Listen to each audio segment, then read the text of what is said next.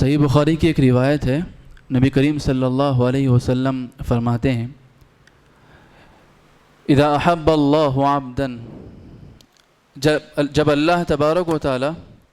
کسی بندے سے محبت کرتا ہے تو جبرائیل علیہ السلام کو بلاتا ہے اور کہتا ہے انی احب فلانا فاحبہ، کہ میں فلاں بندے سے محبت کرتا ہوں، تم بھی اس سے محبت کرو۔ جبرائیل علیہ السلام سارے آسمانوں میں ندا لگاتے ہیں، آواز اور پکار بلند کرتے ہیں کہ اللہ تبارک و تعالیٰ فلاں بندے سے محبت کرتا ہے، لہٰذا تم سب بھی اس سے محبت کرو۔ اس طرح سارے آسمانوں میں اس بندے کی محبت کا اعلان ہوتا ہے، اور جب سارے آسمان والے اس بندے سے محبت کرتے ہیں تو اللہ کے رسول صلی اللہ علیہ وسلم فرماتے ہیں فَيُوضَعُ لَهُ الْقَبُولَ فِي الْأَرْضِ، اس کی وہ مقبولیت، اس کی وہ محبت زمین والوں میں بھی رکھ دی جاتی ہے، آسمان والوں کی طرح زمین والے بھی اس بندے سے محبت کرنے لگتے ہیں۔ گزشتہ جو دعا آپ کے سامنے پیش کی تھی، اسی دعا کا سلسلہ آگے بڑھاتے ہوئے اللہ کے رسول صلی اللہ علیہ وسلم کی اگلے جو الفاظ اور جو کلمات ہیں وہ یہ ہیں کہ اللہم انی اسألک حبک، پروردگارہ میں تجھ سے سوال کرتا ہوں تیری محبت کا، وحب من یحبک، غور کیجئے اللہ کے رسول صلی اللہ علیہ وسلم کن الفاظ میں، کس اسلوب میں، کس پیارے لہجے میں کیا کیا چیزیں اللہ تبارک و تعالیٰ سے مانگ رہے ہیں۔ اللہ کے رسول کہہ رہے ہیں اللہم انی اسألک حبک، پروردگارہ میں تجھ سے تیری محبت کا سوال کرتا ہوں، وحب من یحبک، ہر وہ آدمی جو تجھ سے محبت کرتا ہے اس آدمی کی محبت کا بھی میں تجھ سے سوال کرتا ہوں، وحب کل عمل یقربنی الی حبک، ہر وہ عمل، ہر وہ کام، ہر وہ خصلت، ہر وہ صفت، ہر وہ چیز جسے کر کے میں تیری محبت سے قریب ہو سکتا ہوں، جو عمل مجھے تیری محبت سے قریب کر دے، اس عمل، اس چیز کی محبت کا بھی میں تجھ سے سوال کرتا ہوں۔ اللہ تبارک و تعالیٰ کی محبت دنیا کی سب سے عظیم نعمت ہے۔ ہمارا جو ٹاپک ہے، ہمارا جو موضوع ہے وہ دعا کے تعلق سے ہے۔ یہی بندے اور رب کے درمیان کے رشتے کا تعلق، اور بندے اور رب کے درمیان کا تعلق صرف خوف اور ڈر کا نہیں ہے بلکہ یہ محبت کا بھی ہے، اور بہت عظیم محبت کا، بڑی گہری محبت کا، ایسی محبت کہ اگر رب محبت کرنے لگ جائے اپنے بندے سے تو سارے آسمانوں میں اعلان کرنے لگتا ہے، سارے آسمانوں میں منادی کرا دی جاتی ہے کہ فلاں بندے سے اللہ رب العالمین محبت کرتا ہے، لہٰذا اب یہ سارے ساتوں آسمانوں والوں پر، سارے فرشتوں پر لازم قرار پایا کہ وہ بھی اس بندے سے محبت کریں، اور اس کے نتیجے میں سارے کے سارے زمین والے بھی اس سے محبت کرنے لگے۔ کتنی بڑی بات ہے، کتنی عظیم خوشخبری ہے اس آدمی کے لیے جسے اللہ کی محبت حاصل ہو جائے، اللہ کے رسول کی محبت حاصل ہو جائے۔ آپ کو وہ حدیث، مشہور حدیث پتہ ہی ہوگی کہ اللہ کے رسول صلی اللہ علیہ وسلم ایک غالباً غزوہ خیبر کے موقع پر آپ نے اعلان کیا لَأُعْطِيَنَّ الرَّائِيَةَ غَدًا، کہ کل میں اس جھنڈے کو، اس پرچم کو ایک ایسے شخص کے ہاتھ میں دینے والا ہوں يُحِبُّ اللَّهَ وَرَسُولَهُ، جو اللہ سے اور اس کے رسول سے محبت کرتا ہے۔ ہم سب اللہ اور اس کے رسول سے محبت کرتے ہیں، محبت میں کمی و بیشی اور اپنے معیار میں کمی و بیشی کے ساتھ، اور ہم سب دعویٰ بھی کرتے ہیں، امید بھی رکھتے ہیں، کوشش بھی کرتے ہیں کہ ہم اللہ اور اس کے رسول سے محبت کریں،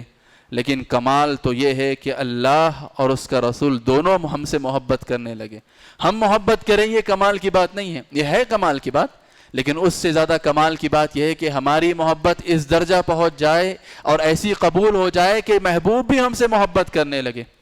تو کہا یحب اللہ ورسولہ، ایسے آدمی کو جھنڈا تھماؤں گا جو اللہ اور اس کے رسول سے محبت کرتا ہے۔ اس کے بعد کہا وَيُحِبُّهُ اللَّهُ وَرَسُولُهُ، اور اللہ اور اس کا رسول بھی اس سے محبت کرتے ہیں۔ کون نہیں تھا صحابہ کی جماعت میں؟ ابو بکر ہیں، عمر ہیں، عثمان ہیں، بڑے بڑے لوگ صحابہ کرام، بدری صحابہ ہیں۔ سب کے دلوں میں خواہش ہے اور سب امید لگائے بیٹھے ہیں شاید اللہ کے رسول صلی اللہ علیہ وسلم جو ہے ہمیں وہ پرچم دیں، ہمیں وہ جھنڈا دیں۔ اللہ کے رسول صلی اللہ علیہ وسلم نے نیکسٹ ڈے پوچھا کہاں ہے علی؟ علی کو بلاؤ، کہا ان کی آنکھوں میں شکایت ہے کہا انہیں بلاؤ۔ حضرت علی رضی اللہ عنہ کو بلایا گیا۔ آپ صلی اللہ علیہ وسلم نے ان کی سے شکایت پوچھی تو آنکھوں میں جو انہیں درد تھا یا جو بھی تکلیف تھی، آپ نے اپنا لعاب مبارک، اپنا جو ہے مبارک تھوک ان کی آنکھوں پہ لگایا اور ان کی ساری شکایت جاتی رہی۔ اس کے بعد آپ صلی اللہ علیہ وسلم نے جھنڈا انہیں تھمایا۔ آپ غور کیجئے، آپ سوچئے، تصور کیجئے 1400 سال پہلے کا وہ ماحول، جنگ کے وقت کا، عین جنگ کے موقع پر اللہ کے رسول صلی اللہ علیہ وسلم کا اعلان کہ کل اس آدمی کو جھنڈا دیا جائے گا جس سے اللہ اور اس کے رسول محبت کرتا ہے، اور ساری کی ساری جماعت اللہ اور اس کے رسول سے محبت کرنے والی جماعت، ایسی جماعت کے روئے زمین پہ ویسی جماعت کبھی پائی نہ گئی۔ پوری تاریخ انسانیت میں کسی نبی کو ایسے صحبت میسر نہ ہوئی، کسی نبی کو ایسے ساتھی نہ ملے، کسی نبی کو ایسے محبت کرنے والے صحابہ نہ ملے۔ ہر ایک کا دل، ہر ایک کا جو ہے جگر تڑپ گیا ہوگا کہ وہ جھنڈا ہمیں مل جائے، وہ خوشخبری ہمیں نصیب ہو جائے کہ میں اور آپ اللہ کے رسول سے محبت کرنے والے کہلائیں۔ تو بات کہنی یہ ہے، یہ واقعہ یا یہ قصہ بیان کرنے کے، میرے اور آپ کے دل میں بھی وہ تڑپ، وہ درد اور اس سے بڑھ کر وہ محبت پیدا ہونی چاہیے کہ میں اپنے رب سے محبت کروں۔ اللہم انی اسألوک حبک، جب یاد کروں اپنے رب کو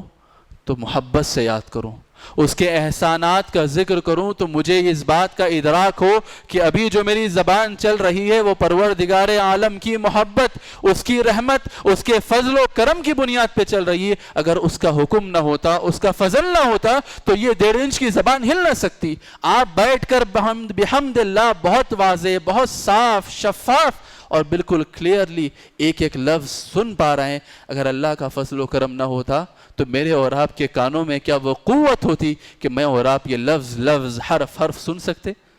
اللہ کی محبت نہ ہوتی، اللہ کی اپنے بندوں سے رحمت نہ ہوتی تو اللہ تبارک و تعالیٰ میرے اور آپ کے گناہوں پہ اگر پکڑ لیتا تو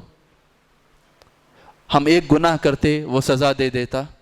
ہم ایک گناہ کرتے وہ پکڑ لیتا،